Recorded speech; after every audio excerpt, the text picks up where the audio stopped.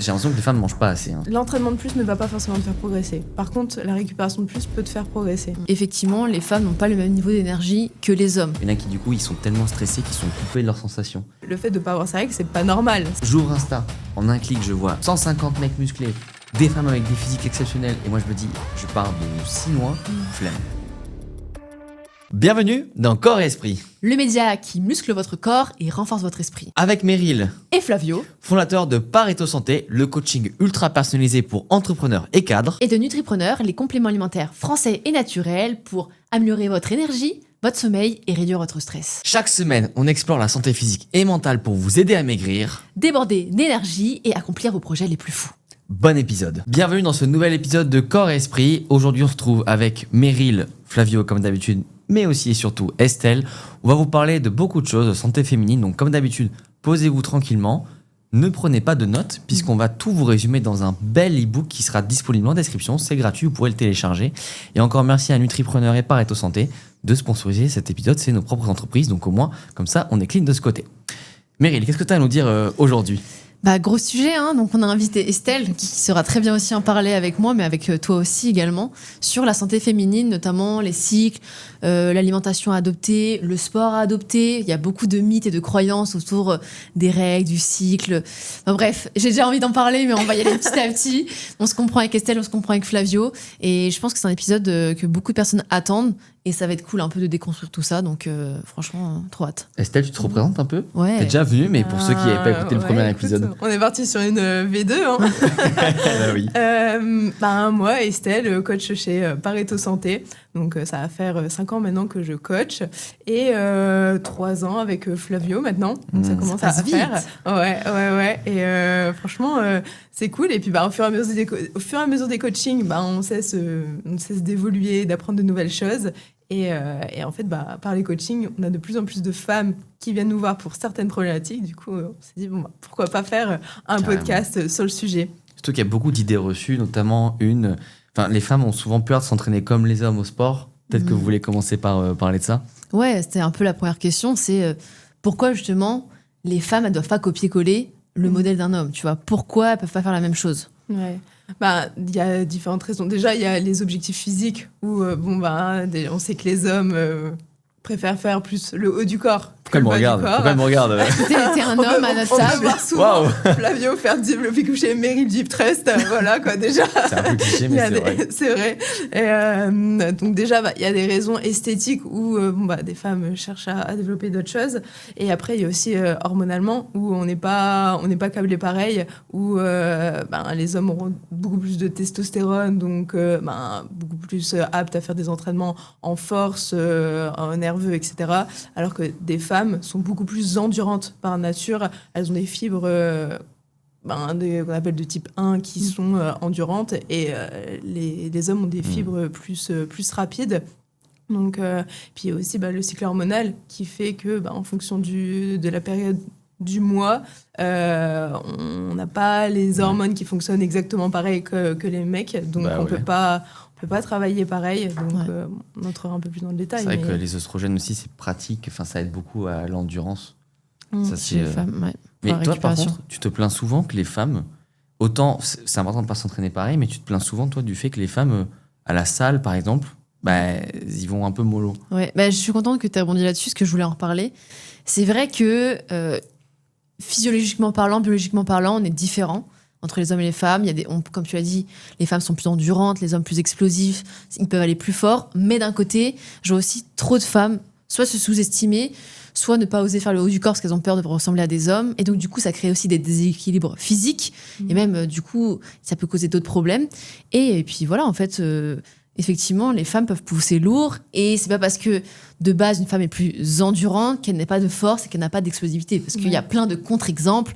D'ailleurs, je me souviens encore, quand on avait fait un épisode sur la différence homme-femme, il y a quelqu'un qui m'avait dit « Oui, mais pourtant, les records du monde de marathon, c'est des hommes. » Oui, mais c'est logique, il y aura toujours des contre-exemples, mais c'est juste de nature. Une femme pourra faire plus d'exercices sur par exemple, des plus longues séries, alors qu'un homme, si tu lui mets, 6 exos, au bout d'un moment, il en peut plus, tu vois. C'est proportionnel aussi. Par exemple, imaginons, Estelle, tu fais une rep à 80 au développé couché. C'est beaucoup. on va dire à 60 pour les calculs, et moi j'ai une rep à 100. Si on enlève 20% du poids, il y a forte chance qu'Estelle fasse plus de reps que moi. Mais factuellement, peut-être que sur 100 kilos, je serai plus endurant. Mais c'est juste proportionnellement aux forces, vous êtes beaucoup plus endurante. Ouais. Ça, c'est un truc à prendre en compte dans la programmation. J'avais fait un test à un moment quand j'étais à la fac où il fallait prendre son 80% et faire le max rep. Alors et on voyait que les filles, moi, je vais peut-être dire une bêtise, 80%, je crois que j'avais fait 20 reps, un truc comme ça.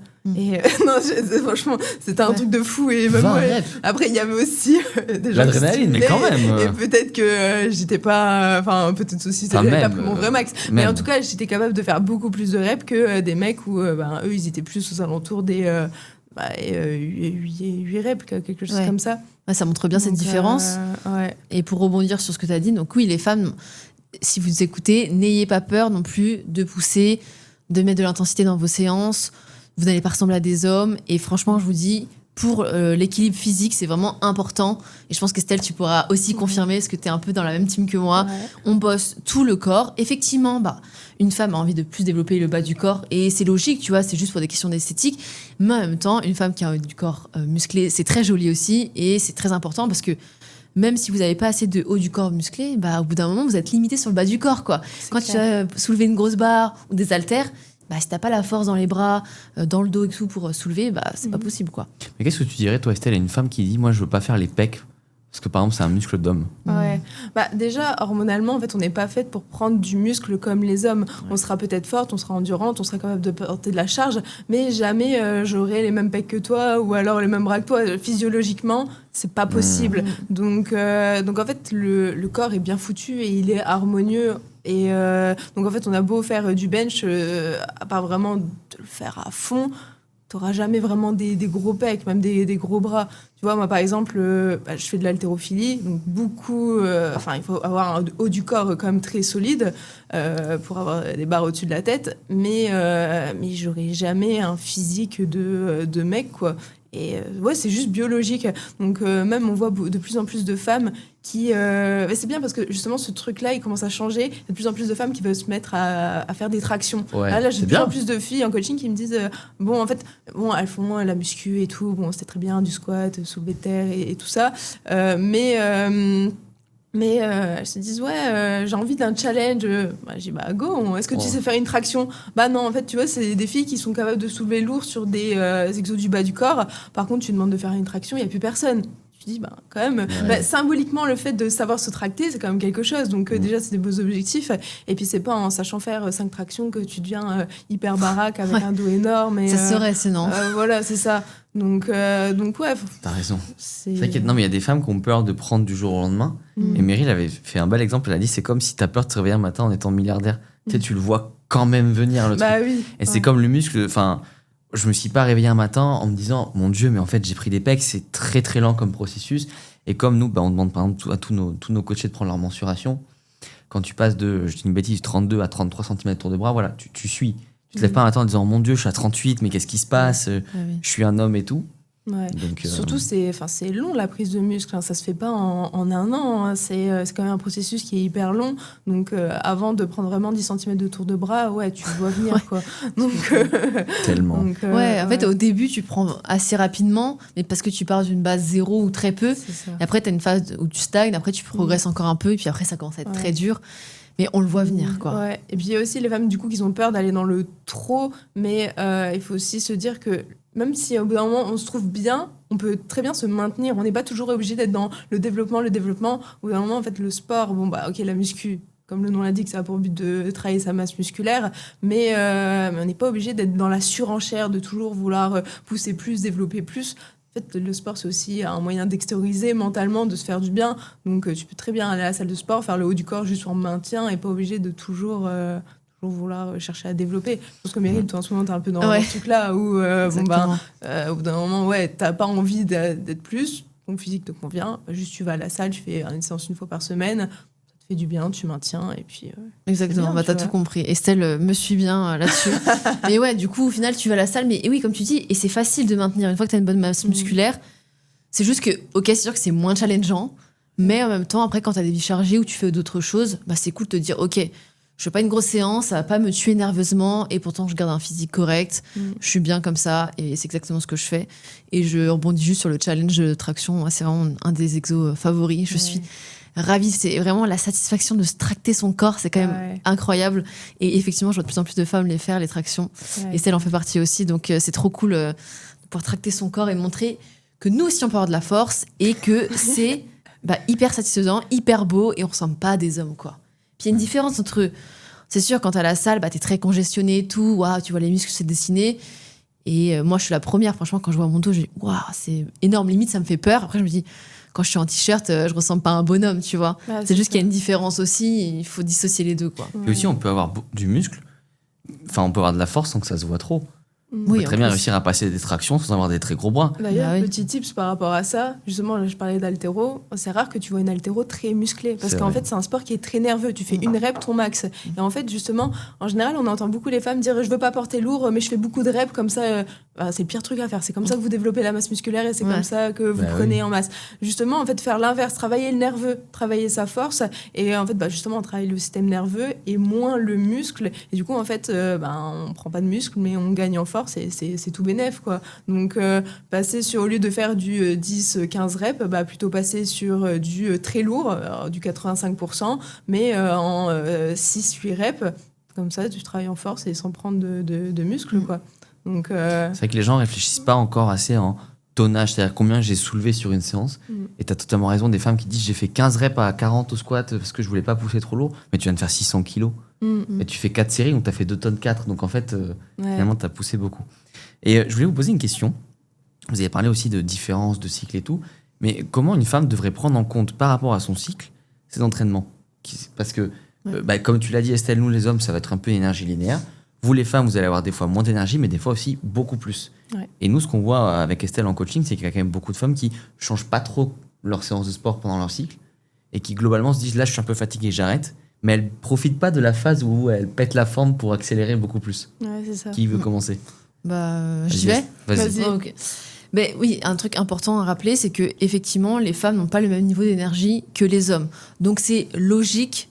Vous, les hommes sont très stables et les femmes ont des différentes phases liées au cycle menstruel. Et c'est là que c'est important de prendre en compte son cycle pour adapter son entraînement, parce qu'il y a la phase, par exemple, on l'a tous vécu, les femmes, quand on a nos règles, on est plus fatigué, c'est là qu'on perd beaucoup de sang, donc du coup on perd du fer. Et donc forcément on est plus fatigué, on a plus de douleurs, parce qu'il y a aussi des femmes qui ont des crampes. D'ailleurs, petit disclaimer, faire du sport va réduire vos douleurs, parce que justement vous allez éviter les crampes, ça va fluidifier l'afflux sanguin, et donc du coup moins d'inflammation. Et ça, c'est vraiment un petit tip important à prendre en compte.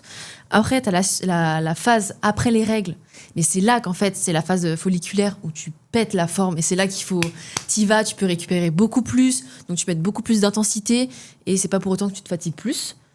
Et après, tu as la phase de lutéale, ovulation, où c'est plutôt classique, mon énergie stable. Et là, tu récupères un entraînement classique, tu fais tes séries, tu récupères suffisamment, mais tu mets de l'intensité aussi. C'est juste que tu as moins ce niveau d'avant qui peut vraiment te permettre de mettre beaucoup plus lourd et de bien récupérer. Et puis après, franchement, quand tu fais ça, déjà, tu te rends compte que c'est plus simple. Et ça te permet de pallier la phase aussi où pendant tes règles, tu as moins d'énergie. Il ne faut pas s'arrêter. Et ça, je pense que c'est vraiment une erreur que beaucoup de femmes font, c'est de s'arrêter. Alors que justement, le mouvement, le sport permet vraiment d'éviter les douleurs. Et généralement, les femmes s'arrêtent parce qu'elles ont trop de douleurs ou trop fatiguées. Et après, on en parlera aussi. Il y a aussi l'alimentation à prendre en compte. Mais en tout cas, le rapport cycle et sport, c'est ce que je dirais principalement. Je ne sais pas si toi, Estelle, tu as autre chose à rajouter. Par rapport à ça, il y a des nuances, tu vois, parce que là, tu as donné la règle générale que globalement tout le monde dit, mais il y a des femmes qui, justement, au moment de leurs règles, c'est totalement l'inverse. Elles sont beaucoup plus performantes parce qu'en fait, elles se sentent libérées. Tu vois, tu as plein de femmes qui, une semaine avant leurs règles, qui sont en PLS, alors vraiment fatiguées, brouillard mental, commencent à avoir des crampes, être ballonnées, etc. Dès qu'elles ont les règles, libération, c'est bon, elles peuvent s'envoyer des bonnes séances de sport et tout. Parce que le premier jour des règles, c'est là où on commence la fameuse phase folliculaire. Donc, c'est le premier jour du cycle. Donc, en fait, on est sur un renouveau. Donc, en fait, je pense que ce truc de quand tu as tes règles et t'es pas bien, c'est surtout valable chez les femmes qui prennent pas forcément soin de leur santé, qui ont soit un dérèglement hormonal, Ou alors des types maladies, style endométriose, SOPK, où du coup, quand c'est cette phase inflammatoire qui est les règles, ça les enflamme encore plus, donc elles sont vraiment en PLS. Mais tu vois, ce truc-là des règles, moi je sais que j'ai mes règles ou que j'ai pas mes règles, au ressenti, j'ai quasiment aucune différence au sein de mon cycle, mais il y a des personnes où elles vont voir une vraie différence. Et il y a aussi des trucs à prendre en compte pendant le cycle, c'est que je vais justement parler des entraînements en force et en endurance. Et justement, en fait, la première partie de cycle, tu as beaucoup plus de production d'œstrogène qui va stimuler le système sympathique. Donc, en fait, tu auras beaucoup plus de connexions nerveuses. Et donc, tu auras une meilleure coordination, un flux nerveux. Et donc, en fait, c'est le moment où tu peux tenter tes max et faire des grosses perfs. Et le jour de l'ovulation, c'est vraiment le jour où là, il faut faire tes max. C'est là où tu es à ton pic de forme, tu as ton pic de testostérone, tu as un pic d'œstrogène, tu as vraiment toutes les conditions réunies pour refaire tes max. Donc, après, c'est valable pour les personnes qui ont qui ont vraiment des objectifs de performance, tu vois, par exemple en haltéro, faire une compète, en sprint, faire sa compète, tu vois, c'est là où vraiment tu seras vraiment performante. Ça veut pas dire que tu peux être moins performante sur les autres phases. C'est juste qu'il faut adapter aussi. De se dire, je serai peut-être pas au max du max, mais le corps, il est pas bête. Il y a aussi toute la psychologie qui rentre en jeu. Et si toi, si déjà aussi tu te conditionnes à ne pas être bien pendant cette période, oui, tu seras pas bien. Alors que si tu dis, j'optimise tout, je sais que du coup, sur ma deuxième phase, je me suis plus reposée, j'ai mieux géré mes entraînements et donc en fait pendant le jour de ma compète je serai en pleine forme, c'est totalement valable quoi. Donc je pense qu'il faut en prendre compte et justement c'est là où il faut adapter tout son mode de vie et qu'il faut pas forcément se baser sur les grandes règles générales. C'est juste il faut adapter parce qu'il faut savoir que première phase du cycle c'est là où en général tu as toutes les conditions hormonales nerveuses pour performer et pour progresser. Et justement, en fait, après, plus on va passer sur la deuxième partie du cycle, donc la phase lutéale, au plus, tu auras une baisse d'œstrogène, tu auras une augmentation de la progestérone. Et la progestérone, à l'inverse, stimule l'axe parasympathique, donc plus en mode repos détente, et tout ça. Donc forcément, en fait, on sera beaucoup plus apte à faire d'autres types d'entraînement. Donc quelque chose qui est peut-être plus en endurance, ou si on a un sport technique, plus travailler la technique. Et en fait, c'est juste une façon de voir les choses différemment. Se dire, de première phase du cycle, je travaille ma force, je travaille ma vitesse, je travaille tout ce qui est très nerveux. Et deuxième partie de cycle, là, je travaille plus ma technique, je travaille peut-être, je sais pas, ça peut être l'endurance fondamentale, je sais pas, des trucs un peu plus soft, style les abdos, tu vois, quelque chose... abdos profonds, tout le monde a besoin de travailler transverse, périnée, encore plus chez les femmes. Donc, c'est juste adapter et c'est comme ça qu'on sera la plus performante. Parce que si tu veux trop pousser sur la deuxième phase du cycle, sans repos, sans rien, c'est là où en général tu peux vite te blesser, tu peux vite être dans le surentraînement, dans le stress excessif et tout ça, quoi. Moi, comme tu l'as dit, attends, vas-y, tu veux dire un truc? Non, mais t'as dit qu'il y a un côté généraliste et un côté où il y a des femmes qui ressentent pas ces baisses d'énergie. Mais c'est là que c'est important, c'est que même si tu les ressens pas, tu les as. Et donc, si tu récupères pas assez pendant les phases où justement t'es censé être moins dans la phase explosivité, intensité, eh bien, c'est là que tu peux avoir le contre-coup de purée. Ah, ça m'a fatiguée parce que en fait, je me suis pas reposée assez par rapport à mon cycle, même si j'avais pas l'impression d'être moins énergique pendant mes séances, etc.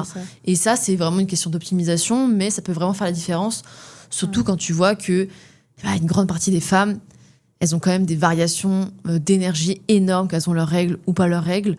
Et donc, c'est là que ça devient intéressant de faire ça, quoi. Ouais. Mais du coup, vous pensez que c'est normal, des fois, d'avoir moins d'énergie en tant que femme quand on a ses règles? Ou c'est plus une question de ressenti? Qu'est-ce que... Je suis une femme, je sais que...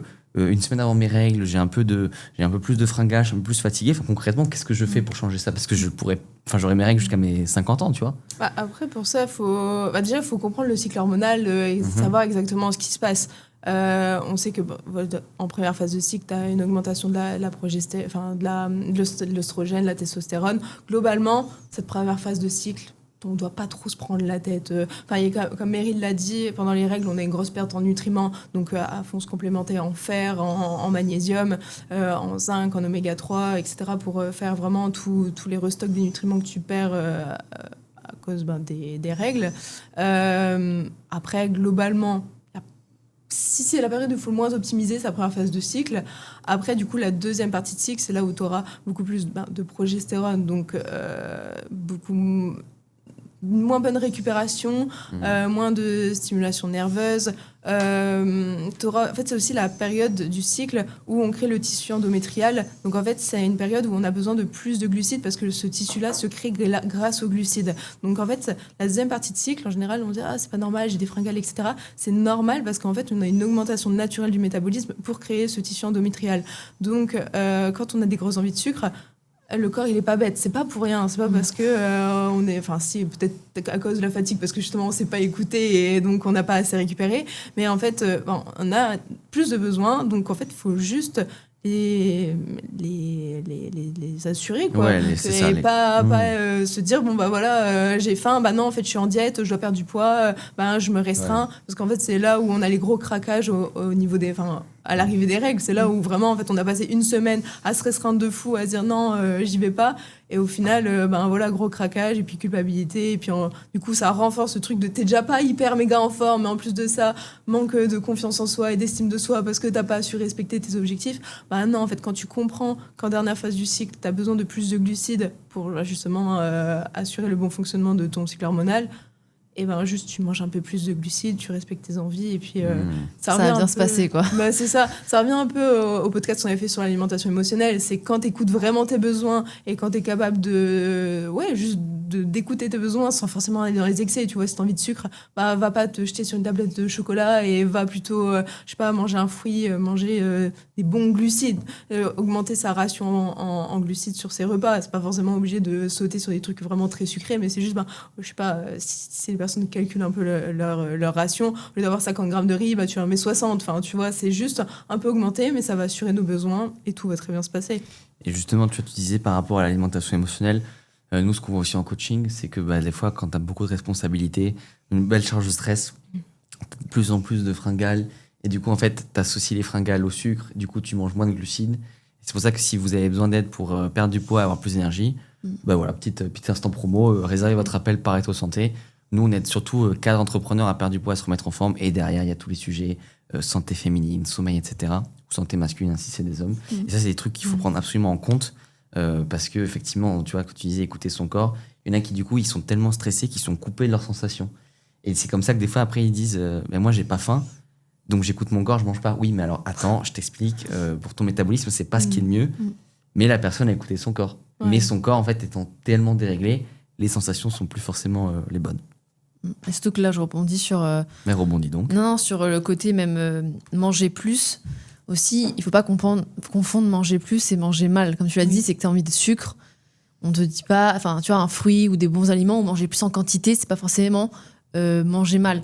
Et déjà, juste en optimisant ça, vous allez vous rendre compte que vous aurez aussi beaucoup moins de fatigue due à ces pics de glycémie intenses si tu te jettes sur une tablette de chocolat, comme tu l'as dit.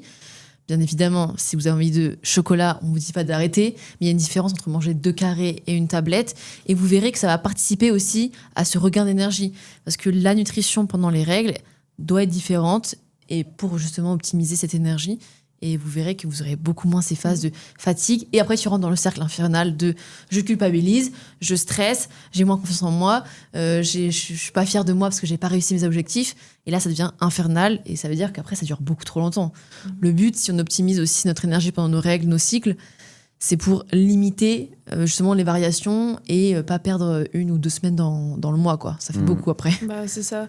Surtout que là, le fait de justement être dans la mauvaise alimentation, de manger trop de sucre raffiné, en fait, ça empire les symptômes au niveau des règles. Parce que quand on a nos règles, il y a une période, c'est quelque chose qui est assez inflammatoire pour le corps. Inflammé, quoi. Donc, si en plus de ça, tu rajoutes une alimentation qui est pro-inflammatoire avec du sucre raffiné, avec du gras, avec des mauvais gras, avec toutes les cochonneries que tu peux avoir, en fait, juste t'empires tes symptômes et tu fais pire que mieux.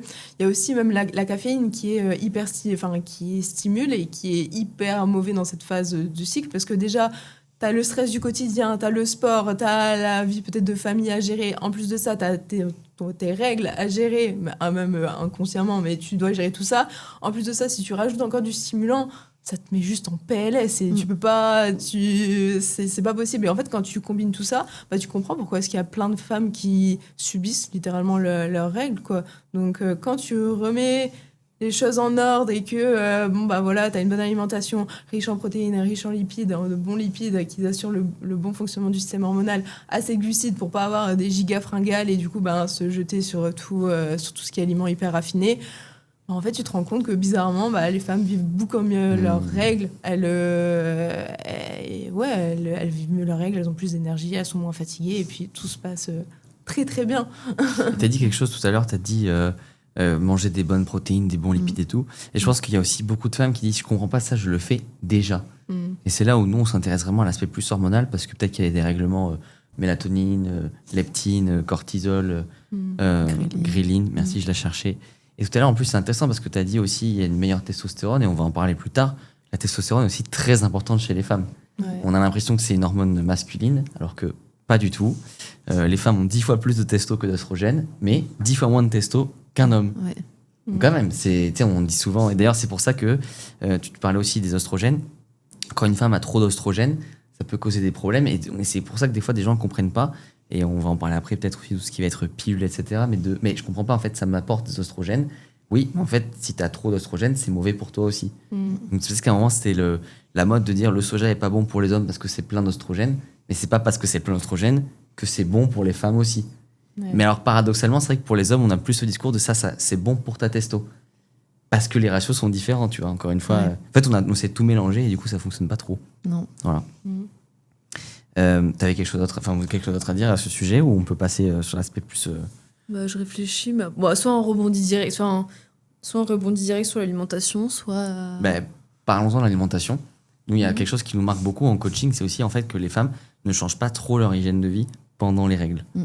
Tu vois, c'est toujours quelque chose qui m'a beaucoup marqué et c'est vrai que il se passe quelque chose de différent dans le corps, donc c'est normal de modifier. Ce serait quoi vos conseils? Je suis une femme, je suis en période de règles, qu'est-ce que je change? Ouais. Je suis en période, ok. Tu veux y aller? Ouais. Je viens d'avoir mes règles, qu'est-ce que je fais? Bah déjà, la première chose, c'est pas forcément se complémenter en fer, mais avoir une alimentation riche en fer. Parce que on en perd beaucoup via les règles. Et en général, en fait, pas naturellement, mais il y a quand même beaucoup de femmes qui ne sont pas très appétentes, qui n'ont pas d'appétence pour tout ce qui est viande rouge, etc. Donc en fait, elles continuent à manger normalement. Et ouais, il n'y a pas tout cet apport essentiel en fer. Et en fait, tu vois plein de femmes, quand je demande les analyses sanguines, qui sont carrément en anémie. Après, il faut pas s'étonner pourquoi elles sont fatiguées, pourquoi elles ont l'impression que les séances de sport, c'est hyper dur. Parce que juste le fer, c'est essentiel pour le transport de l'oxygène dans l'organisme. Ouais. Donc si ton oxygène n'est pas bien diffusé dans ton organisme et que c'est vraiment l'élément essentiel pour fournir de l'énergie, ça va être compliqué. Donc déjà ça. Puis attention quand même à la complémentation parce que si on n'est pas vraiment diagnostiqué en anémie, ça peut être aussi dangereux de prendre du fer. Donc mais juste en fait prendre du fer via l'alimentation. Typiquement moi ce que je recommande c'est spiruline. Donc c'est hyper riche en fer, en iode, donc ça soutient à la fois la fonction thyroïdienne, donc c'est top. L'infusion d'ortie le matin, c'est un génial. must. C'est vrai que ça fonctionne bien. Ouais, ça a des gros pouvoirs reminéralisants et puis hyper riche en zinc, en fer. Si possible, des abats. Donc, c'est là qu'on entre dans le dur. En général, c'est un peu compliqué. Ou même, tu vois, viande rouge, même dans tout ce qui est crustacés, huîtres. Et pas lourde. Pas lourde. Et pas lourde, c'est rempli de fer. Ouais. Et boudin noir, forcément, Boudin comme noir ça, avec aussi. du sang. J'ai l'impression que ça passe mieux que les abats, le boudin noir. Ouais. Chez les Ah gens. ouais? Carrément, ouais. Nous, on avait filé une astuce une fois, je crois que c'était à Hélène, pour manger des abats. En gros, c'était prends la sauce que tu veux. Enfin, en fait, un objectif à la fois, si l'objectif c'est d'avoir du fer, limite, si tu prends ton petit morceau de foie et que tu le trempes, je sais pas, moi-même dans une sauce tomate, enfin, peu importe, mais c'est pas grave, même si c'est un peu de ketchup, l'idée c'est d'avoir du fer. Ouais. Parce qu'il y a le fer héménique plus le fer animal et non héménique. Et surtout, les gens ont besoin aussi d'héménique et effectivement aller vers les abats et tout. Je trouve que ça peut être une bonne façon Ouais, de dire, ok, vu, j'ai 50 grammes de foie. Ouais, j'ai déjà vu aussi les congeler. Genre les mettre dans des trucs de. Attends, comment ça J'avais vu ça. En gros, tu les découpes en petits morceaux comme des pilules, tu les mets dans un truc de glaçon, tu sais, tu les mets au congélateur et après tu gobes ça comme un complément alimentaire. Mais non. Ouais, si t'as jamais entendu. Ouais, si. Alors moi je Parce sais que qu'il y en a tous les jours, ouais. tu sais, ils mangent un petit foie de volaille. Ouais. Donc ils disaient allez c'est une bouchée. Ouais. Alors là le coup des foies non, congelés j'avais Non, pas. mais toi, nous, on a fait les steaks hachés. On avait pris la chair à steak haché, 80% de chair à steak haché et 20% d'abat qu'on avait coupé en petits morceaux et tu mélanges au steak. Ah bah oui, ouais. Genre, tu fais une espèce de boulette et après tu l'écrases, ça fait un C'était steak. pas bon. Hein. Bah, ça dépend quel genre d'abat tu mets. Le foie de bœuf c'est hardcore. C'était pas de bœuf, on avait goûté en plus. Je crois que c'était Et- d'agneau, il me semble. Ah mais non alors. Ouais. Ah, si. Foie d'agneau ça existe. Ouais, ça existe, je te jure. Le boucher m'avait donné ça. Par contre petit tips hein, mais c'est vrai qu'en plus les abats ça coûte pas cher. Ouais. Et genre une fois on allait voir le boucher et il nous a dit c'était combien le kilo. Bah, tu vois, le foie 13 d'agneau, euros. il me les avait donnés. Voilà. En fait, Ah ouais. il faut savoir que les bouchers gâchent énormément. Mm. Donc, si en fait vous allez chez le boucher, vous dites hello, ben voilà, je viens toutes les semaines, vous avez du foie, soit vous allez l'avoir gratuit parce que vous êtes un client fidèle, soit en fait, nous à Paris, on avait trouvé le foie de bœuf, c'était à combien 13 euros le kilo Ouais, 13 euros le kilo. Ouais, c'est ça. Bah, je veux dire, c'est vraiment que dalle. Hein. Ouais. Quand tu vois à côté, il y a la pièce de faux filet qui coûte 30 € le kilo, t'es en mode bon, C'est on ça. est Et qu'il c'est- y a beaucoup pas moins de- de ouais. nutriments et C'est tout. ça. Et même le poulet, hein. Parce Ouais. qu'on compare avec du poulet qui a vraiment pour le coup zéro nutriment par rapport à une viande rouge.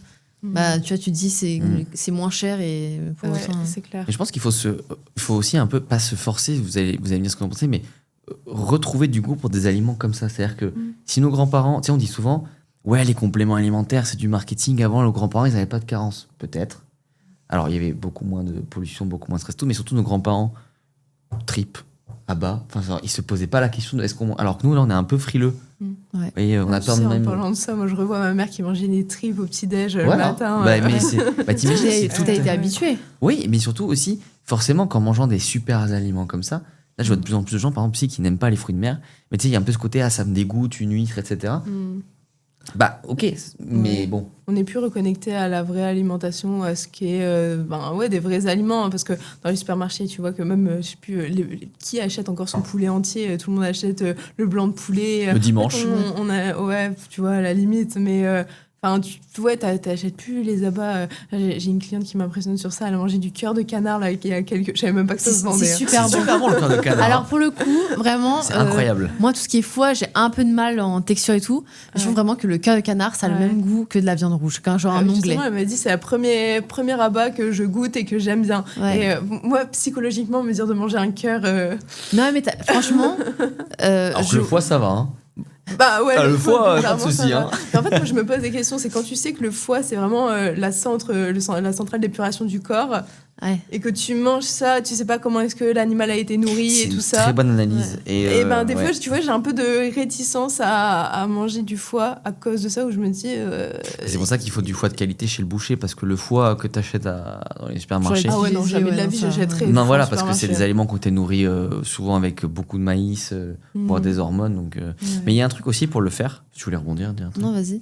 Bah, c'est qu'on peut se demander comment manger plus de fer, mais aussi qu'est-ce qui permet au corps de retenir le fer et de pas l'éliminer. Et très souvent, on pense à la vitamine C, qui permet l'absorption du fer, et aussi On est bien. réduire le cuivre. Plus on mange de cuivre, moins le corps a de fer. C'est pour ça que, par exemple, pour faire un petit parallèle, quand une femme a un stérilet en cuivre, ça fait aussi du cuivre dans le corps, et ça peut réduire les doses de fer. Donc, encore une fois, on n'est pas en train de critiquer celles qui ont un stérilet en cuivre. C'est juste penser à manger encore plus de fer. Parce que Et- ça joue. Et éviter le café et le thé, surtout. Pourquoi Tu peux nous raconter? Ouais, juste ça inhibe l'absorption du fer, donc il y a une moins bonne absorption. Donc on a beau manger tout le fer du monde, si on le prend au petit-déj et qu'en même temps au petit-déj on prend le café, c'est pas que ça sert à rien, mais presque, quoi. Donc ouais. Et puis justement, en fait, tout est bien fait, hein, parce que justement, là, il y a 2 minutes, je disais, le café, c'est pas forcément ce qu'il y a de meilleur pour justement la phase des règles, parce que c'est stimulant, ça rentre un peu...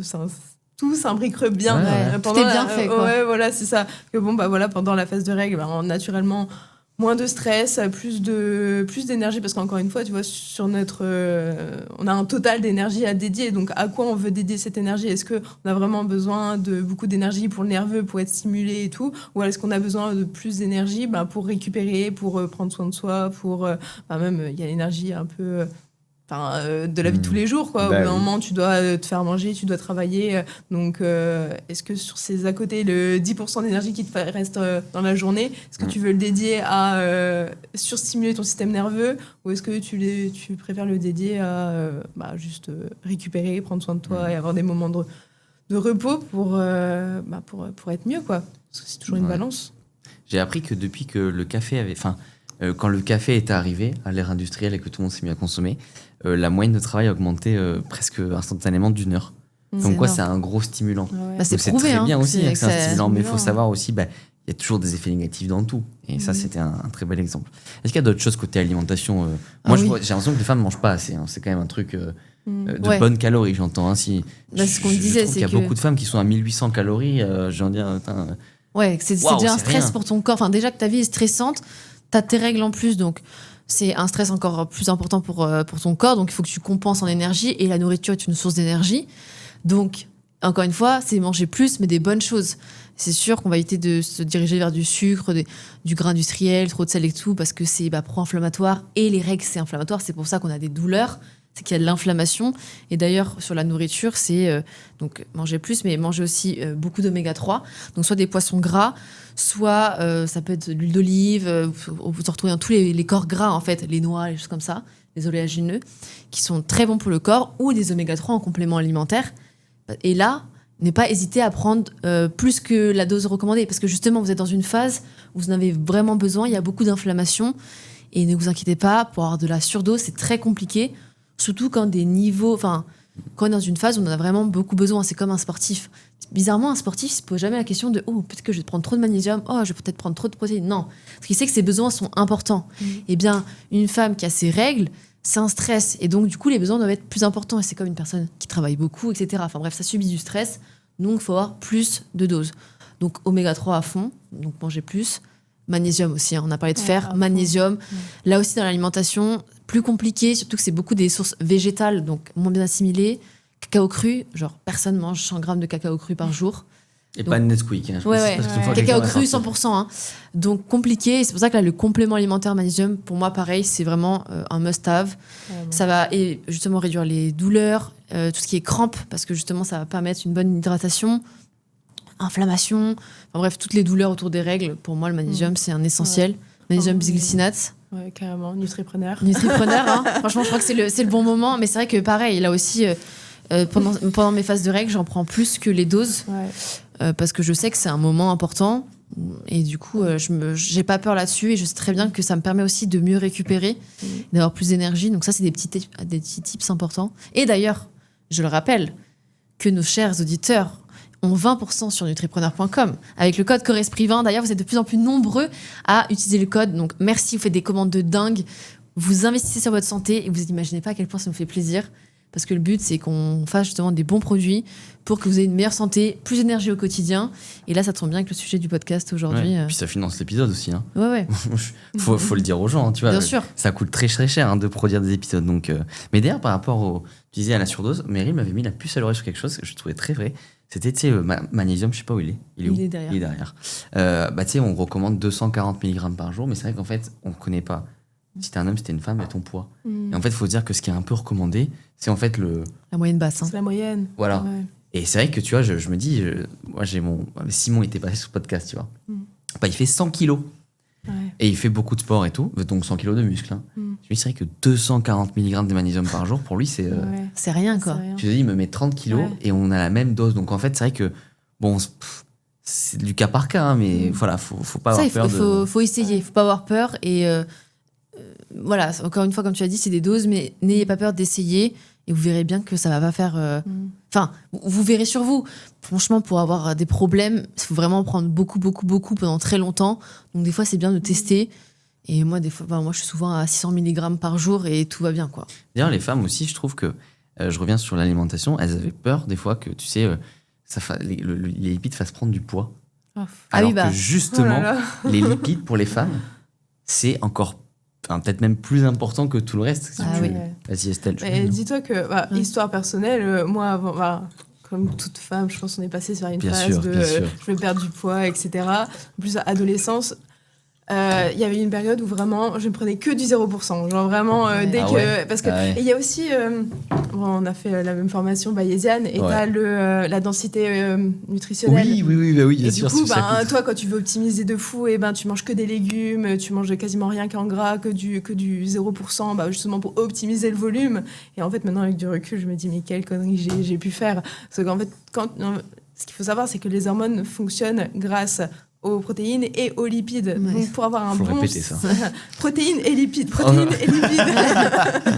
Et du coup, en fait, quand tu comprends ça, tu te dis mais oui, en fait, c'est hyper important d'apporter assez de lipides à son corps parce que sachant que là tout à l'heure on parlait œstrogène, progestérone, c'est des hormones stéroïdiennes qui fonctionnent grâce au cholestérol. Le cholestérol, c'est quoi ? C'est une forme de normal. lipide. Ouais. Donc c'est hyper important. On diabolise aussi beaucoup de cholestérol, mais il y a du bon cholestérol qui est là justement pour fabriquer nos hormones sexuelles. Donc la testostérone en fait aussi partie chez les hommes. Donc c'est hyper important. Et sachant que les récepteurs de ces hormones sont faits grâce à des protéines. Donc les protéines, c'est pas juste pour construire du muscle, c'est vraiment pour le bon fonctionnement de son système hormonal. Et il y a plein de femmes qui, surtout sportives, et qu'en plus de ça réduisent leurs apports en lipides. Elles sont en aménorrhée, elles ont plus leurs règles parce que juste elles ont un système hormonal dans les chaussettes. Il y a plus rien qui fonctionne correctement. Donc avoir des apports en lipides, c'est hyper important. Donc des bons lipides, c'est du bon beurre au lait cru, c'est de l'huile d'olive, c'est des noix. Noix du Brésil, hyper important pour le sélénium. On en retrouve quasiment plus dans notre alimentation. Les avocats, le fromage, il y a... Poisson gras. Poisson gras. Il y a plein de choses. T'as dit les fromages blancs juste à 5%. Tu t'en as parlé de ça? Je disais je prenais du fromage blanc 0%. Voilà. Mais du compromis entier, quoi. Voilà, exactement. Parce que, non, mais du coup, on n'ose même plus en prendre.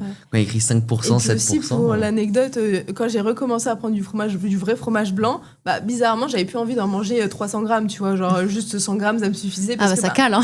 T'es plus rassasié, quoi. Tu prends du fromage zéro, ça cale pas. Hein. Enfin, vraiment, après, 2 heures après, j'avais la dalle, quoi. Donc, il fallait mettre beaucoup de fruits rouges pour que ça cale pas. Ouais, c'est ça, tu vois. C'est vrai qu'il y a plein de même dans l'alimentation, par exemple les steaks, quand on les achète chez le boucher, c'est plutôt du 20%, mais c'est bien. Même des fois, plutôt d'acheter de blanc de poulet cuit sous l'aile, il y a déjà des lipides dedans. Et en fait, on va aller en chercher naturellement. Et comme tu as dit, c'est très rassasiant. C'est ce qui fait le goût aussi. Et quand on fait fromage blanc zéro, fruits rouges, c'est comme ça qu'on a des fringales aussi. Parce que le corps, en fait, il pète un câble, tu vois. Ouais. Et en fait, je comprends pas les gens qui disent, tu sais, des fois, ils disent non, ce que vous dites, c'est faux. Le gras fait prendre du gras. Alors pourquoi tu prends du poids avec des céréales? Parce que les céréales, c'est que du sucre. C'est pas logique. D'ailleurs, c'est même tout l'inverse. C'est le sucre à la base industrielle qui nous a fait prendre du poids. Et en fait, on a fait le raccourci, c'est du gras. Mais en fait, non, ça veut dire qu'on pourrait boire le jus de fruits. Ça veut dire que comprendre le fonctionnement du corps, quoi. C'est du gras, ce stock de du coup ça n'a aucun sens parce que au bout d'un moment, c'est aussi le total calorique. Donc que tu as trop de gras ou trop de protéines ou trop de glucides, dans tous les cas, la façon dont que le corps a de stocker, c'est la graisse. Donc dans tous les cas, peu importe ce qu'on aura en surplus, ça va se transformer en graisse, peu importe que ce soit des lipides, des glucides ou quoi.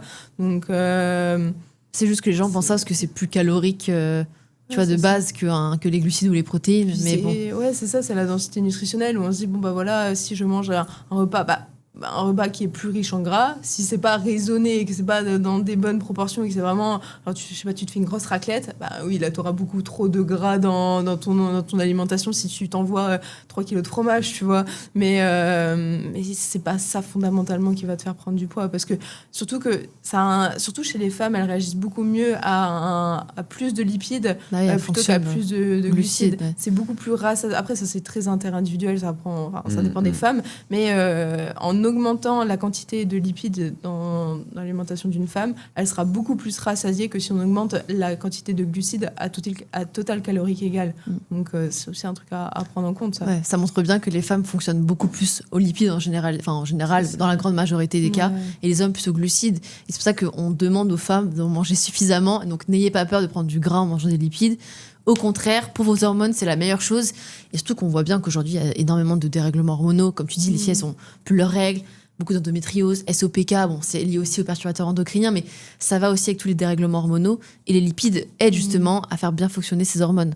Donc, c'est important d'en avoir suffisamment. Tu vas pas se priver de ça, quoi. Le matin. Je trouve que c'est vraiment le plus important parce que quand tu comprends aussi le fonctionnement du corps, le matin on sécrète de la lipase et de l'amylase, donc des enzymes qui permettent de détruire les protéines et les lipides.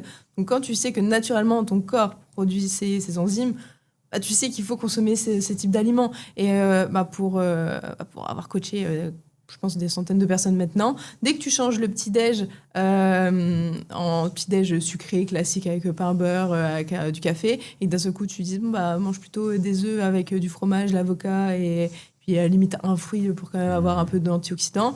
Bizarrement, elles ont plus les fringales toute la journée, parce que ce que tu fais le matin conditionne en général toute ta journée. Peu importe ce que tu fais, que ce soit par l'alimentation, où du coup tu régules ta glycémie, tu régules tes apports en protéines, en lipides, naturellement dans la journée, tu auras moins de pics de glycémie, tu auras moins de fringales, tu auras moins d'envie de sucre.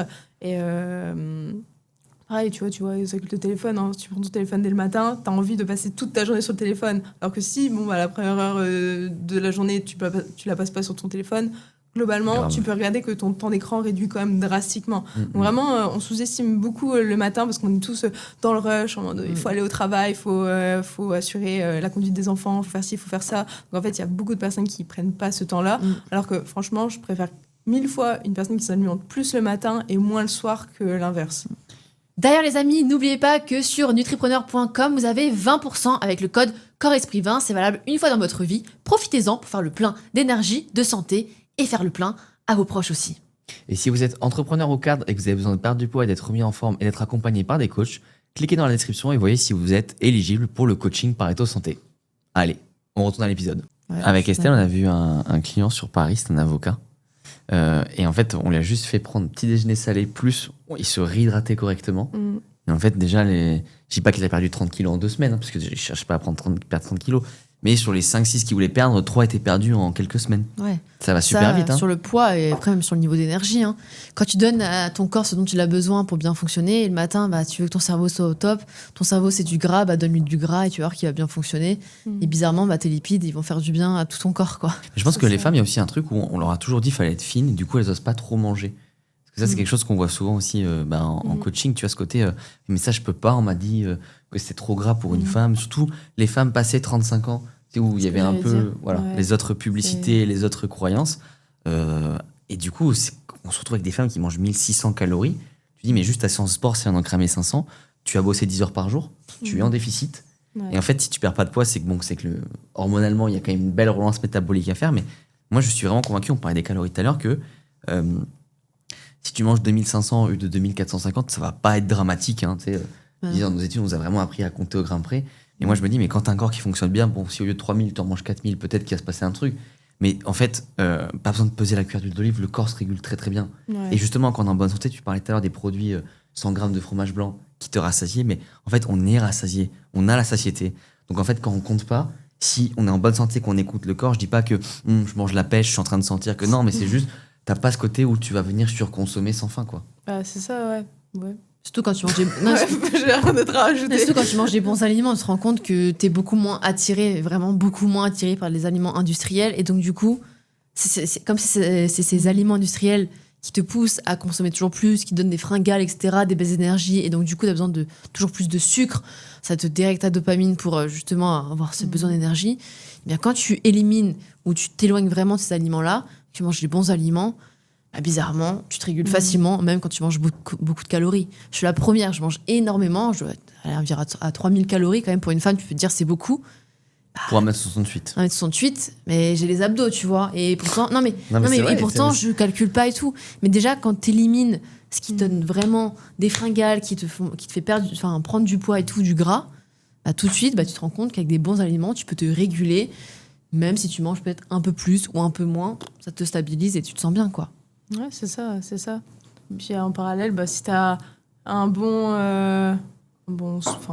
bonne activité physique, où tu construis du muscle, où tu augmentes ton métabolisme, on va dire presque naturellement, tu te construis un physique et un corps en bonne santé.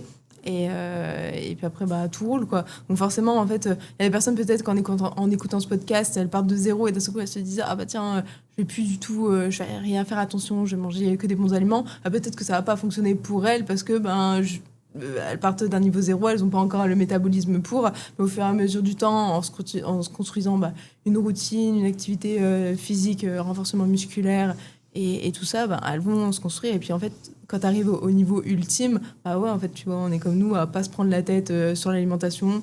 Juste, c'est pas 100 calories de plus ou 200 calories de plus qui va changer drastiquement notre mode de vie. Par contre, oui, une personne qui est des skinny fat, qui ont zéro muscle et qui sont toutes mecs, bah oui, en mangeant un McDo, je sais pas, elles vont manger un McDo, elles vont prendre 5 kilos. Ah oui, c'est normal, parce que de 1, tu vas faire de ouf de la rétention d'eau, de l'inflammation, et puis tu vas directement stocker parce que ton corps n'utilise pas cette énergie. Donc c'est... Ouais. Et d'où l'importance, quand tu pars de zéro, c'est de te faire accompagner aussi par des personnes compétentes. Pour justement éviter les erreurs, c'est une perte de temps en moins, moins de stress, moins de pression, moins de charge mentale aussi. Surtout qu'au début, il y a tellement d'informations. Aujourd'hui, tu entends tout et son contraire. C'est ça. En fait, aller vers un type de personne, je pense notamment Pareto Santé, forcément, où en vrai, non, c'est vraiment le côté globalité. En fait, où tu as et l'axe nutrition, et l'axe sport, et l'axe sommeil, l'axe hormones, vraiment le côté biohacking, full package, qui te permet justement aussi d'avoir cet œil 360 qui te fait vraiment progresser, parce que tu te rends compte que tout est lié. Et d'avoir la meilleure diète possible, si ton sport ou ton stress et ton sommeil c'est une catastrophe, tu vas pas aller bien loin. Ou alors t'es jeune, ça passe, mais au bout d'un moment, tu vas t'épuiser. Et donc vraiment d'avoir cet aspect 360, je trouve qu'il est hyper important. Et il y a beaucoup de gens qui ont, et même moi la première, peut-être qui ont fait l'erreur. Et encore, moi je me suis vachement renseignée quand j'ai commencé, mais d'autres personnes qui se renseignent beaucoup moins et qui font beaucoup d'erreurs, qui après, ça amène vers des TCA, des choses comme ça, parce que t'as mal géré tout ton quotidien. Donc, Pareto Santé, les liens sont en description, les amis. Franchement, vous serez pas déçus. Bien sûr que non. Et je voulais parler aussi de quelque chose par rapport à la gestion des émotions, des fringales. On a parlé un peu aussi de des fois les femmes ont des fringales avant, comme lors du SPM, syndrome prémenstruel.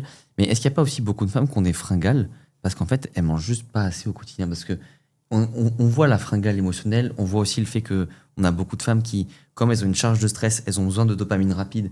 Et on va pas se mentir, c'est plus rapide avec de la bouffe qu'avec le sport. Et moi, je pense que déjà, tu vois, pour moi, tu as les fringales, on en avait parlé dans les podcasts, ils sont vraiment émotionnels, mais pour moi aussi des fringales physiques de... En fait, ton corps, il a faim, quoi. Ouais, Comment tu fais la différence, tu vois, un peu entre les deux pour une femme, pour qu'elle sache bien se repérer? Déjà, voir un peu au niveau de l'alimentation. Est-ce que déjà tous tes repas sont équilibrés? Est-ce que tes repas sont équilibrés dans le sens... parce qu'il y a la différence entre être équilibré et être sain. Ça, je remarque qu'on fait beaucoup l'amalgame. On se dit, je mange de la salade, c'est sain, c'est équilibré. Non, pas forcément. Donc déjà, avoir toujours... une charge glycémique qui est stable pour éviter les pics de glycémie et du coup avoir des fringales dans la journée. Donc déjà, si tu vois que tes repas c'est fait à base de pâte blanche et je sais pas, peut-être une sauce à côté, ça sera pas forcément optimal et tu auras un pic de glycémie et puis du coup tu vas pas être bien. Alors que si tu as vraiment des sources, des aliments bruts avec des fibres, avec des protéines, des lipides, des glucides, au moins déjà tu régules tes assiettes. Toujours aussi avoir des glucides, ne pas se dire tiens c'est le soir, je vais couper les glucides. Déjà avoir des glucides à tous les repas, c'est hyper important. On privilégie aussi les bonnes sources, tu vois. Éviter de toujours être pâte, et de plutôt s'orienter vers des pommes de terre, des patates douces, du riz complet, même des légumineuses. Des légumineuses, mine de rien, il y a aussi des protéines dedans qui sont hyper riches en glucides. Donc on n'y pense pas, mais des fois, si on tolère bien, parce qu'il y a encore une histoire de digestion où tout le monde n'est pas capable de bien digérer les légumineuses, parce qu'il y a beaucoup de fibres. Si tu ajoutes des légumes et que tu es encore dans ce truc de la moitié de mon assiette doit être composée de légumes. Ça, j'en peux plus. Un moitié légumes, moitié... D'ailleurs, tu sais que dans cette moitié légumes, un quart glucides, un quart protéines, si vous avez remarqué, il n'y en a aucun qui pense aux lipides. Genre légumes, tu les mets où? T'as des petits graphes qui disent un doigt de lipides. Le fromage, mais encore une fois, ça veut tout et rien dire. En fait, ce qui est compliqué aussi quand t'as les lipides, c'est que tu peux avoir l'huile d'olive, tu peux avoir le fromage, tu peux avoir l'avocat, tu peux avoir le poisson. Et c'est dur de tout rentrer dans une catégorie. Par exemple, je sais pas, tu manges... du saumon, ça sera hyper riche en protéines, en lipides, donc tu vas pas t'amuser non plus à avoir une énorme quantité de lipides avec des avocats, du fromage, etc. à côté, parce que tu sais que tu as quand même une grosse part de lipides dans le saumon. Donc tu vois, des fois, trop catégoriser les aliments comme ça, tu vois, encore une fois, des personnes qui mangent quasiment pas de légumes au sein de leur repas, oui, là tu vas dire augmente ta quantité de légumes, essaye d'avoir peut-être un quart, voire la moitié de ton assiette, mais c'est encore pour des personnes qui ne mangent jamais de légumes. Des personnes qui sont justement dans l'excès et qui vont manger des légumes, des légumineuses, encore des céréales complètes avec plein de fibres. Au bout d'un moment, ton tu système digères digestif, pas, ouais. il est un peu en PLS. Hein, et sachant que dans tout ce qui est source végétale, tu as plein d'antinutriments, donc tu vas avoir une moins bonne absorption, ta digestion va être beaucoup plus lourde et ça va être un peu galère. Donc, tout ça pour dire, réguler un peu tout ça, donc équilibrer ne veut pas dire genre full légumes, c'est avoir une bonne source de protéines, de glucides complexes entières et des légumes, si possible avec des couleurs différentes, mélangées entre le cru et le cuit, parce que encore une fois, toutes les vitamines ne restent pas dans l'aliment une fois que c'est cuit, donc avoir un mix des deux et pour pas avoir de fringales, c'était ça la question de base. Ouais, non, mais c'est c'est complète. Hein. Et ouais, donc déjà, si tu sais que t'as cette bonne base, tu peux te dire, ok, ça peut peut-être être émotionnel. En général, quand c'est émotionnel, on le sait parce qu'on sait qu'il y a un truc qui s'est passé. Enfin, tu rentres du travail, t'es fatigué, tu sais toujours qu'il y a un petit truc. Si c'est aussi très récurrent, c'est toujours le même moment de la journée. Si quand tu rentres du travail, t'as toujours des fringales, tu sais qu'en général, soit c'est émotionnel ou soit t'as pas pris le temps de manger le midi. Enfin, c'est difficile de répondre vraiment à la question comme ça, mais ouais, ça. C'est bien répondu. Hein. En fait, si tu sais que tes assiettes sont hyper équilibrées et que t'as vraiment de tout, c'est que c'est émotionnel. Ouais. Et par exemple, aussi, juste pour finir, pour savoir s'il y a émotionnel, il y a un bon test, c'est de quoi t'as faim. Ouais. Parce que des fois, je te promets, moi, ça m'arrive le soir, il est 17h, de me dire, je me ferais bien un bon bol de riz avec des crevettes, donc c'est une vraie faim. Ouais. Mais quand tu dis non, mais en vrai, plutôt un croissant, même une quiche. Tu vois, quiche, tu pourrais dire, est-ce que c'est une part de quiche au saumon maison? Mais déjà, on commence à être sur le sujet aussi sur ça. C'est vrai, pourquoi? Comment gérer, et tu vois, j'ai pas une question de comment gérer une quiche, tu vois, parce qu'en fait, dans une quiche, t'as quasiment pas de protéines, enfin, t'as un peu de protéines, en fait, t'as un peu de tout. On sait pas trop ce que c'est. T'as un peu de tout. Ouais, c'est vrai, c'est vraiment un mix de tout. Mais pas dans des quantités énormes, tu vois, par exemple, je sais pas, tu vas faire une quiche au saumon, t'auras peut-être un pavé de saumon sur toute la quiche, où vous serez 4 à le faire. Tu vois, c'est comme les lasagnes. Tu manges une part de lasagne, tu sais pas vraiment si t'as tes apports en protéines dedans et tout. Et ça, en vrai, c'est un vrai truc que moi, j'éduque un peu dans les coachings. C'est ton repas, tu peux très bien te prendre une part de lasagne, ça sera hyper complet. Si jamais, peut-être que tu sais que dans ta part, soit tu prends une giga part de lasagne et du coup, tu auras plein de béchamel, plein de pâtes, etc. Et ça va être peut-être trop pour toi. À côté, rajoute-toi une source de protéines en rajoutant un peu de steak haché, cuit, et puis à côté, une salade, tu vois. Du coup, ça te fera tes fibres et ça fera, tu auras tes glucides et tes lipides dans les lasagnes. Tu auras une petite source de protéines en plus qui va vraiment combler tes apports. Et en fait, tu auras un repas hyper sain, hyper équilibré et qui vont répondre à tes besoins. Pareil, la quiche, tu vois. Si tu sais qu'à côté, t'as un morceau de quiche qui te demande des protéines, tu rajoutes une tranche de jambon, tu rajoutes, je sais pas, du poulet, tu rajoutes... tu fais un fromage blanc, du skyr. Ça, ouais. Donc, t'as toujours équilibré une assiette quand t'as des repas un peu... à partager. À partager. C'est pas facile. C'est pas facile, mais c'est faisable. Et moi, j'avais une question parce qu'on parlait un peu d'émotion pour vous.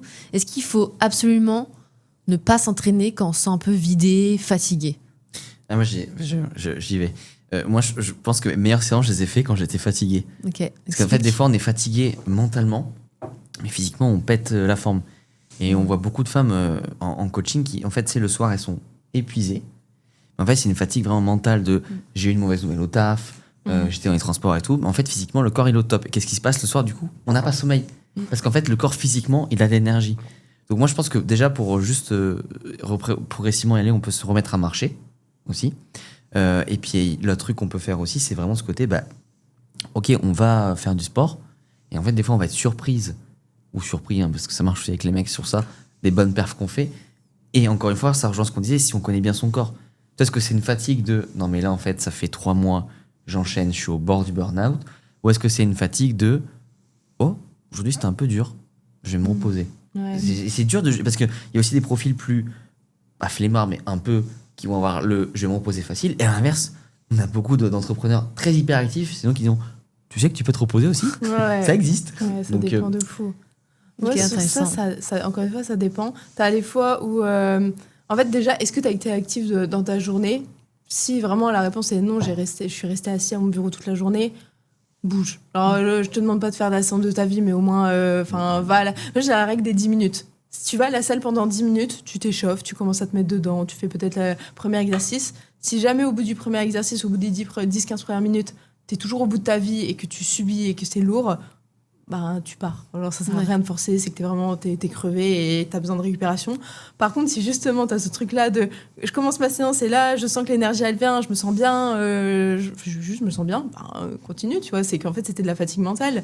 Et si jamais, du coup je suis dans le cas où je suis claquée, vraiment fatiguée, juste marcher, faire des étirements, juste bouger, être dans le mouvement, pas forcément s'envoyer. En fait, ouais, c'est s'adapter, c'est pas s'envoyer une grosse séance en mode j'avais prévu de faire cette séance, c'est dans le programme, il faut absolument que je la fasse.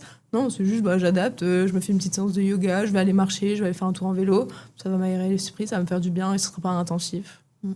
Ok, non, c'est intéressant. Bah, de toute façon, ce truc du mouvement, c'est que j'ai l'impression que chez les gens, c'est soit on fait rien, soit on fait beaucoup, et on oublie qu'il y a un intermédiaire qui peut être très intéressant, bouger, quoi. Juste bouger. Ouais. Et aujourd'hui, on est quand même, dans la globalité du temps, assis sur notre chaise, on a beaucoup de métiers sédentaires, plus que actifs. Donc, de base, les gens manquent clairement de mouvement dans une journée. Et même ceux qui font du sport, le soir, c'est pas pour autant qu'ils sont actifs. Hein. Ouais. Parce que si t'es assis toute la journée, tu fais une séance d'1 heure, ok, pendant 1 heure, peut-être t'es un peu actif, mais sur le reste d'une journée, c'est rien, 1 heure sur 24 heures. Donc, c'est important de prendre le réflexe de bouger. Et j'aime bien cette règle des 10 minutes. Et aussi de savoir, et comme ça, en plus, ça permet de savoir si c'était vraiment de la flemme ou pas. Donc, ça rejoint ton idée de, ok, on y va. Et on se rend compte que c'était peut-être plus de la flemme que juste de la fatigue pure. Et donc, du coup, ça nous permet de bouger, de voir si on fait une grosse séance ou pas. Et finalement, on se met dans le rythme. Et puis après, on adapte en fonction de comment on se sent vraiment. Peut-être aussi, c'est plus philosophique, mais de retrouver du plaisir. Ouais. Parce qu'en fait, parfois, effectivement, on a une grosse journée. On se dit, oulala, j'ai une séance, elle est dure. Par contre, si je te dis, ça te dit de faire un tennis, ça se trouve, tu vas adorer. Bah, c'est ça. Donc, c'est aussi peut-être se demander, est-ce que c'est pas l'activité qui. Je prends l'exemple, avant j'étais nageur. Vraiment, je nageais le week-end, en compète et tout. Je peux vous dire qu'après une journée de taf, 19h, on te dit, tu vas dans le bassin, il fait froid. T'es en mode non. Par contre, on me proposait, ça te dit un volley tous les jours. Ouais. Donc aussi, des fois, ce qui fait qu'on est fatigué, c'est qu'on n'a aucun plaisir dans l'activité qui va arriver. Et puis même, tu vois, là, on est dans la période de l'été. Enfin, moi, je sais, par exemple, ça m'est arrivé la semaine... C'est la fin, Estelle. On est fin août, là, quand même. Ouais, mais techniquement, il fait encore un peu près beau. On a encore 3 semaines d'été, techniquement, c'est vrai. Se dire, est-ce que je veux m'enfermer dans une salle de sport ou est-ce que je préfère faire une activité d'extérieur, tu vois. Moi, la semaine dernière, vraiment, journée blindée, je devais aller faire ma séance de sport le matin. Finalement, j'ai pas pu, je l'ai repoussé. Je vois 17h, j'ai dit, la salle, elle sera blindée. Ça me saoulait déjà d'avance. Hein. Et puis, j'ai dit à mon copain, vas-y, viens, on va aller courir. J'ai fait la meilleure séance de course de ma vie, tu vois. Et c'est important de s'adapter, en fait. Et c'est pas parce que, comme tu dis, l'été, ok, il fait beau, potentiellement, cette phase d'été, on fait des sports dehors. C'est peut-être pas la muscu ou quoi, mais c'est quand même du sport. Et c'est pas... Et c'est ok, genre, tu peux très bien progresser, tu peux quand même entretenir son physique, c'est très, très bien.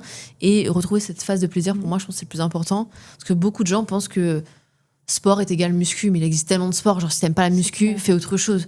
Et tu peux faire les deux, tu vois. Je pense qu'on est des bons exemples tous les 3, c'est qu'on fait de la musculation, on va en salle, mais pourtant, on fait d'autres sports et on kiffe. Et en fait, c'est vraiment hyper complet. Et quand il y a un truc que t'aimes moins bien, regarde, t'avais pas envie de faire la muscu, t'es parti courir, t'as kiffé, et c'est trop bien, tu vois. C'est ça. Et t'as pas ce regret, et tu prends toujours du plaisir, et après, niveau émotion, tu te sens tellement mieux, quoi. Après, il y a un truc que t'as dit au début d'épisode, Estelle, c'est aussi ce côté, la prise de muscle, ça prend du temps. Ouais. Et t'as raison. Et c'est vrai que dans nos sociétés, les gens, tout prend de moins en moins de temps. On peut commander à manger et tout. Et donc, je pense qu'il y a aussi des fois cette fatigue qu'on peut avoir. C'est juste que nos dopamines, mais c'est mon avis, vous allez dire ce que vous en pensez, sont complètement déréglés. On veut tout de suite. Et je trouve que c'est pour ça que la musculation, c'est une bonne chose parce que même si tu fais tout bien, tu te confrontes à la réalité biologique. Tu peux pas aller plus vite. Ouais. Et nous, on le voit souvent, ça nous arrive des fois d'avoir des profils de personnes en situation d'obésité où là, il y a, 30 kilos à perdre. Mais en fait, même si on fait tout bien dès le lendemain, il y a une réalité physique et biologique. Ça ne pourra pas aller plus vite que ce que le corps peut. Ouais. Et je trouve que des fois, c'est aussi pour ça que les gens disent je suis un peu fatigué. Est-ce que ce serait pas ta dopamine qui fonctionne à l'envers ? Est-ce que c'est pas ton problème de gratification aussi ? Et je trouve qu'une bonne façon de retrouver de la bonne dopamine, c'est juste de dire tiens, je vais faire du sport plaisir, courir, ou même de la muscu, mais en plein air, au poids du corps. On retrouve du plaisir et on se remet à avoir ce schéma de dopamine. Ouais. Je sais pas, moi par exemple, je m'estime chanceux de me dire j'ai commencé la muscu il y a 7 ans. À l'époque, j'avais même pas Insta et tout quand j'ai commencé, donc vraiment, je sais que je le fais pas entre guillemets pour les réseaux. Mais c'est vrai que là, je me dis, j'ouvre Insta, en un clic, je vois 150 mecs musclés, des femmes avec des physiques exceptionnels, et moi je me dis, je pars de si loin, flemme. Ouais. Non, c'est Puis pas évident. en parlant aussi de Insta, il y a un truc que beaucoup de femmes font, c'est se comparer au corps qu'on voit. Oula. Elle l'a eu fait, Ouais. mais comme c'est la baisse, elle a arrêté. Mais en fait aussi se rendre compte que toutes les femmes n'ont pas la même morphologie. Tu vois, t'as des personnes qui sont hyper grandes. Là, en plus, j'ai eu la discussion avec une cliente la semaine dernière et elle me dit ouais, mais je comprends pas. Moi, j'ai pas les fessiers galbés. J'ai beau faire des squats, du hip thrust et tout ça, j'ai du mal à avoir fessiers. Moi personnellement, franchement, jamais j'aurais. Enfin, peut-être pas, peut-être pas jamais, mais pour moi, c'est hyper compliqué parce que juste, j'ai pas la morphologie pour. Je sais que j'ai des longs fémurs, longs tibias, je fais des squats, je prends tout dans les cuisses, je prends rien dans les fesses, tu vois. Donc ouais, aussi être capable de se rendre compte de sa morphologie et aussi de peut-être adapter ses entraînements par rapport à sa morphologie. Bon, bah voilà, si je sais que moi, j'aurais plus de difficultés sur le mouvement polyarticulaire à recruter les fessiers, je vais plus faire des mouvements d'isolation. Si jamais je veux avoir une taille fine, du coup, je vais peut-être essayer de muscler un peu plus le dos et les épaules pour avoir le haut du corps un peu plus large et du coup apparaître une taille un peu plus fine. Et ouais, il y a beaucoup de femmes qui se comparent à l'incomparable. Tu vois, par exemple, je sais que moi, mon objectif quand j'étais jeune, c'était d'avoir les épaules plus... Les épaulettes un peu. En fait, parce que ce qui est chiant, c'est que j'avais mon sac qui tombait tout le temps parce que ça ne tenait pas sur mon épaule. Et genre vraiment, j'étais complexée par ça. Non, de pas pourquoi. Et en fait, maintenant, j'ai compris que j'avais des clavicules assez étroites et du coup, jamais j'aurais un corps en V, quoi. Et une fois que j'ai compris ça, je me suis dit, bon, tant pis, mon sac va continuer à tomber, mais... C'est comme ça. c'est comme ça. T'as raison sur les modèles qu'on a, mais aussi je pense qu'il n'y a pas un tabou, faut le dire. Parce qu'à un moment, on n'osait plus dire ouais, mais telle femme elle est dopée, tel homme il est dopé. Moi je pense qu'il y a beaucoup de femmes aussi qui se dopent. Et en fait, c'est que c'est devenu tabou de le dire parce qu'en fait, quand on le dit, tout de suite ça renvoie l'image de non, mais c'est facile de critiquer ta façon physique. Mais non, mais en fait, je vous promets, nous on s'entraîne depuis longtemps. Je pense que si on faisait que ça, on pourrait encore avoir des meilleurs physiques. Mais quand on voit des gens, on dit non, mais là, en fait, même si c'est ta vie, ça, c'est pas possible. Aussi cliché sur les réseaux avec les lumières et tout, mais surtout, faut oublier qu'il y a des gens, c'est leur métier. Ouais. Tu vois, nous, on a beaucoup de cas d'entrepreneurs en coaching. Et en fait, on a entre guillemets 2-3 concurrents. Eux, ils sont à Bali, ils font la même chose que nous, en mode j'aide les cadres et les entrepreneurs. Mais en fait, quand à Bali, ta vie, c'est je me lève, je surfe, je vais au petit bar du coin prendre mon chai latte protéiné. J'ai mon bol Pokéball hyper protéiné. En fait, c'est pas du tout représentatif. C'est normal que tu aies le temps de faire 3 heures de sport. Viens vivre dans le centre de Paris, t'as 2 gosses, c'est plus possible. Ouais. Et donc, il y a beaucoup de gens aussi, on se rend pas compte en fait à quel point leur vie tourne que autour de ça. Nous, on connaissait un gars dans la salle, on allait à Bordeaux, qui a fait une compétition et tout. Vraiment, ses repas, sa vie tournait autour de. Déjà, il faisait une compète de body. Et je pense qu'il est naturel. Oui. Il est naturel parce que c'est musclé, mais tu te dis pas, c'est pas The Rock. Ça se voit aux épaules. Et et par tout. contre, sa vie tourne autour de ça, tu vois. Ouais. Et ce soir, tu fais quoi avec ta copine? Ben rien, en fait, parce que j'ai mon repas à 19h, faut que je me couche. C'est aussi la c'est vie ça. qu'il y a derrière, quoi. Ouais. Et même pour aller encore plus loin, on a connu beaucoup de femmes qui avaient vraiment des physiques où tu te dis waouh, incroyable, mais pas de libido, pas de sortie, rien. Tu vois, donc leur vie se résume en fait à se contempler dans le regard des autres à la salle. Enfin, tu vois, voilà, il n'y a pas grand chose là, c'est assez pour ça vide. En qu'on fait. a aussi cette question-là dans le début de formulaire de à quel point tu veux t'investir C'est dans vrai. le coaching. Tu vois, parce que en vrai, il y a quand même beaucoup de 10 sur 10, hein, mais c'est vrai. je pense qu'en fait, toujours quand tu te lances dans un objectif, tu vois toujours les côtés positifs. Ouais, je vais être plus fit, je vais me sentir plus en forme, je vais avoir plus d'énergie. Enfin, toujours ce qu'on recherche. Mais du coup, quelles sont les concessions que tu vas devoir faire pour justement atteindre cet objectif? Et en général, il y a beaucoup de personnes qui sont pas prêtes à faire les concessions. On en parlait tout à l'heure, je veux avoir un meilleur sommeil. Par contre, je veux pas faire la concession sur ma soirée Netflix tous les soirs. Au bout d'un moment, je peux plus grand. Enfin, si, on peut utiliser des choses, mais ça va être compliqué. Je veux avoir le corps de mes rêves, perdre du gras, etc. Par contre, j'ai pas le temps de faire à manger, donc je me commande tous les jours. Ok, on pourra voir comment manger bien à l'extérieur, etc. Par contre, tu pourras pas être la plus Fit ou la possible, plus ouais. fit possible. En fait, encore une fois, se dire voilà, je veux ces objectifs. Par contre, quels sont tous les points négatifs, enfin tous les pas des points négatifs, mais les efforts qu'il faudra fournir. Parce qu'encore une fois, on voit que la bon face côté, les bons côtés. Enfin, où est-ce que sur les réseaux sociaux que ce que les personnes veulent bien montrer. Par contre, les fois où elles vont se forcer à manger, elles vont manger un repas et au final elles n'en avaient pas vraiment envie ou c'est hyper fade ou alors il y a des sorties, elles refusent d'aller à la sortie pour justement bien dormir ou tu vois plein de trucs comme ça où on se rend pas forcément compte, mais il faut le prendre en compte quoi. T'as raison, c'est être au clair sur les objectifs aussi. Ouais. Par exemple, tu vois, tout à l'heure on parlait du foie de bœuf. Si l'objectif c'est la santé féminine, en fait je m'en fous que le foie de bœuf tu le trempes, je vais faire un exemple extrême longtemps, mais dans le ketchup. Ou encore quelque chose, ça, peut-être la mayonnaise. Voilà, hein, mayonnaise, c'est tu vois, un extrême. truc vraiment calorique, parce qu'en fait si ton objectif c'est refaire les sources de fer, il vaut mieux ça. Si ton objectif c'est la perte de poids, tremper le foie de bœuf dans du mayonnaise c'est compliqué.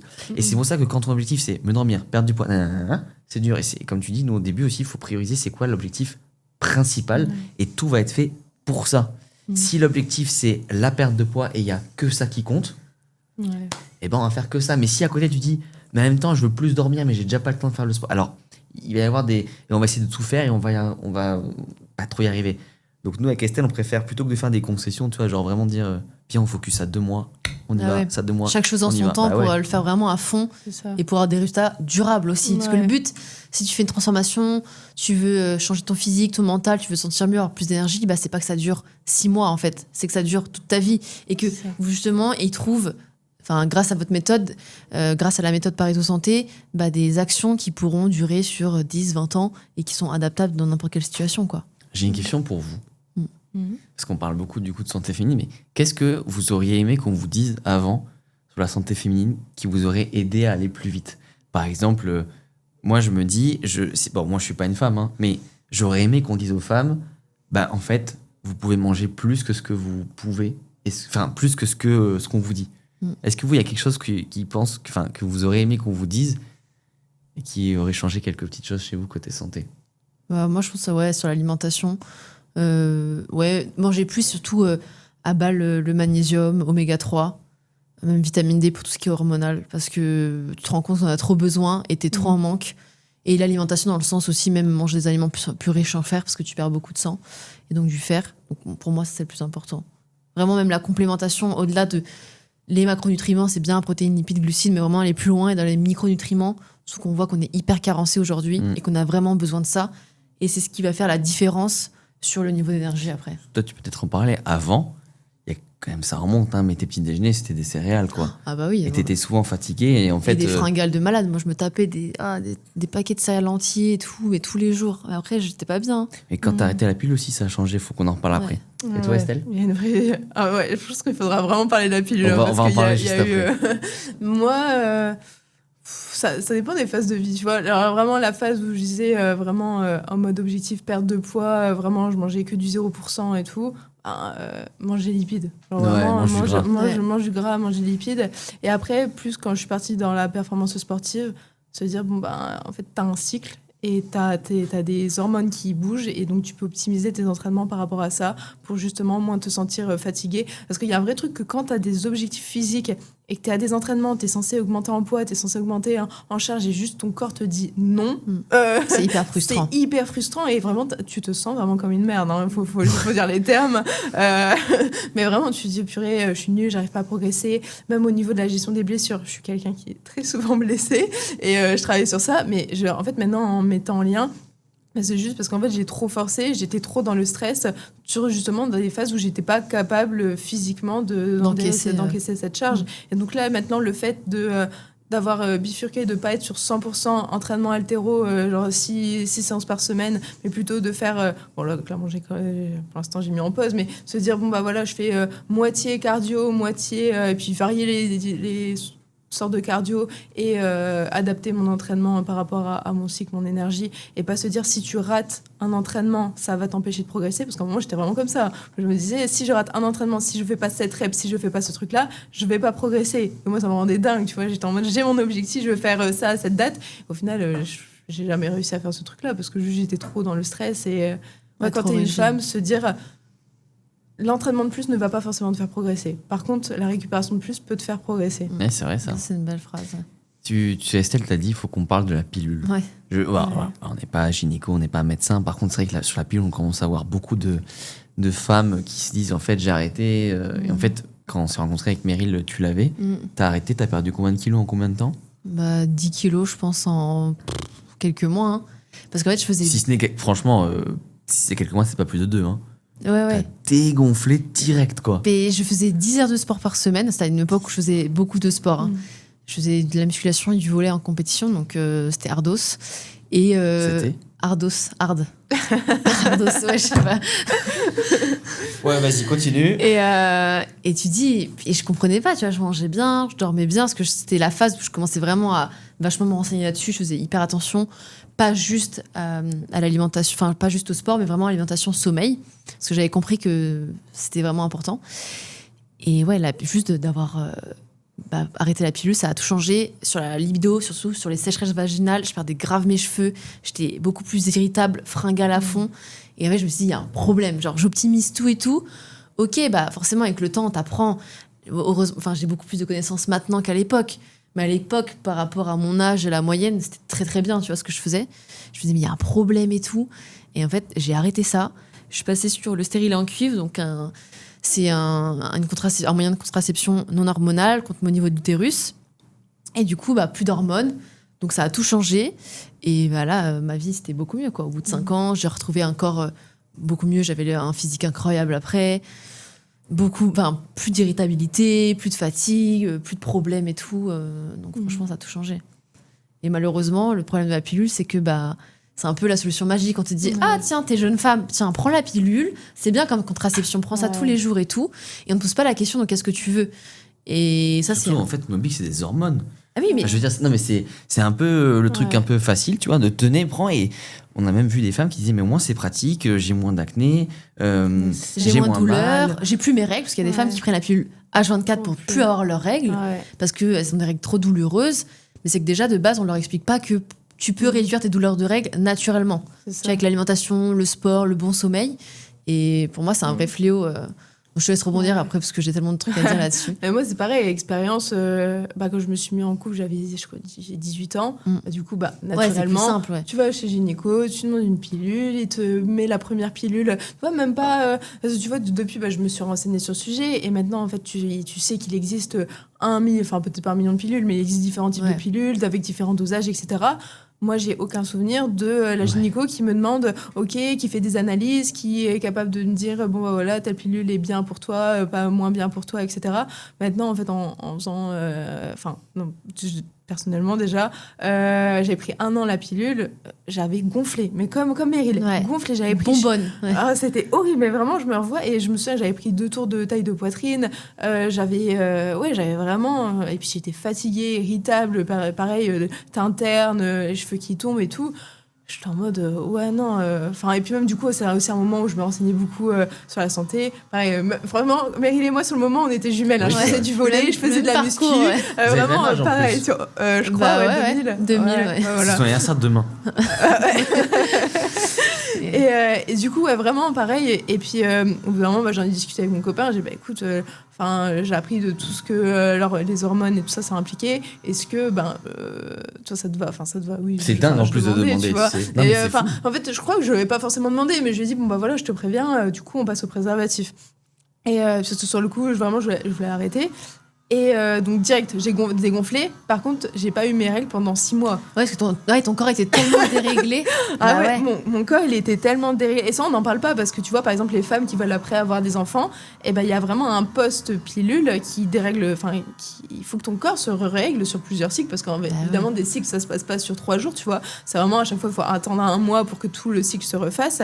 Et chez certaines femmes, on peut attendre jusqu'à 9 mois avant de retrouver ses règles. Et moi, je me souviens que j'étais paniquée parce que 1 mois, bon, ok, c'est normal. 2 mois, ok. 3 mois, voilà. Je crois que c'est au bout du 4e mois où j'ai fait un test de grossesse pour être vraiment sûre que j'étais pas enceinte parce que vraiment, ça me paniquait de pas avoir mes règles. Et on oublie aussi souvent que le fait de pas avoir ses règles, c'est pas normal. On est faite pour avoir nos règles, donc il faut pas se réjouir de pas avoir ses règles. C'est un problème quand ça tu dis... ça montre bien que ça te dérègle complètement. On pense que c'est pour ton bien. Parce que du coup, il y a beaucoup de femmes aussi qui les prennent pour se régler. Et en fait, tu vas pas chercher le problème de fond. On te donne ça. C'est plein de perturbateurs endocriniens. On voit énormément de maladies là-dessus, endométriose, SOPK, parce que justement, tu as des excès d'ostrogène, de progestérone, qui fait notamment oestrogène, qui crée justement des problèmes d'endométriose, de SOPK, parce que tu l'as dit, on parle beaucoup d'oestrogène chez les hommes, où c'est moins bien, parce qu'on parle d'oestrogène, c'est féminin, et testostérone, c'est les hommes. Sauf que les femmes qui ont des excès d'oestrogène, c'est aussi très néfaste, et ça crée des problèmes. Et la pilule, bizarrement, c'est un peu le cas, tu vois. Ouais. Après, je pense qu'il y a différents... Après, encore une fois, il faut voir avec la gynéco, mais... Oui, maintenant, il y a des microdosages.